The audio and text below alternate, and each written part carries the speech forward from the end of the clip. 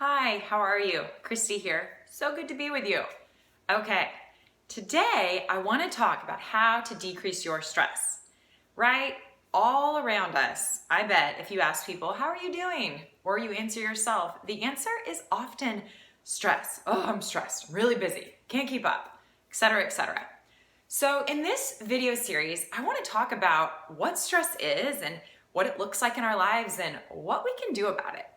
So today I want to start by defining stress, and then I'm going to give you your very first step, which is going to be fun. So get ready. Okay, stress means pressure or tension, right? If you apply stress with your hand to something, you're actually applying stress. If you put too much pressure on something, it breaks because of the stress. And even though those are physical, tangible examples, that's what happens in our bodies and our emotions and our thoughts when we're under too much stress for too long.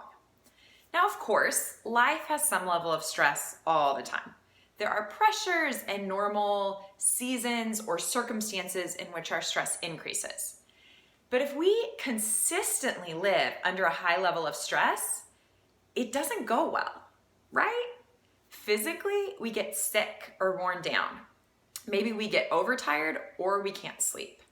Emotionally, we feel overwhelmed, constantly burdened. Maybe our mind is constantly racing, or we even start to experience symptoms in our body, like our stomach always feels in knots or our heart is always racing, right? These are just some of the symptoms when we are under too much stress for too long. And I am with you. I have struggled with this, and that's why we're talking about it here. Because even though there's a lot of times in life you can't change your circumstances, there are things in your power that you can change. And that's what we're going to talk about here. Here's the really cool thing. Our bodies and our thoughts and our emotions actually send us warning signals to let us know when we are under too much stress. When our peace and relaxation have dropped too low and our strain is too high, we get messages.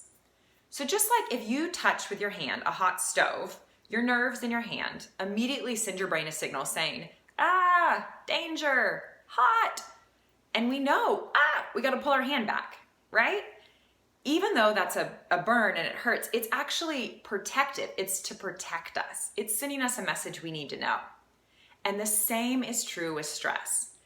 If you're experiencing any of those symptoms that I said earlier, constantly feeling overly emotional or overwhelmed or tense, symptoms in your body, your thoughts, etc., it's actually a really good thing because it means your body is trying to tell you, hey, your stress is too high. You need to do something about this. We need your attention. So that's actually a really good thing. Okay, so what do you do about it? Maybe you're like, yeah, I raised my hand. I've got too much stress here, but what do I do about it? I can't change these things. So your very first step is to assess the problem. I know you're thinking, I don't want to think about that more. And I get that. To assess a problem, to see, okay, what's going on here? Do I have too much stress? What areas of my life is it in? What does it look like? Those questions, that assessment isn't going to make the stress go away in and of itself, but it's a necessary first step to be able to resolve it. So to do this, I created a free mini stress quiz. So the link is right below. It'll only take you a few minutes, and it's going to get you thinking, okay, what does stress look like in my life? Do I have too much? How does it show up? Etc. Just to get the ball rolling. So again, your very first step is to assess, is there too much stress in my life? To do that, take my mini stress quiz below and be honest with yourself. Just take a look, answer the questions, and I will be back soon with your second step so that you can decrease your stress and move on. Okay, that's it for today. I hope you have a great day.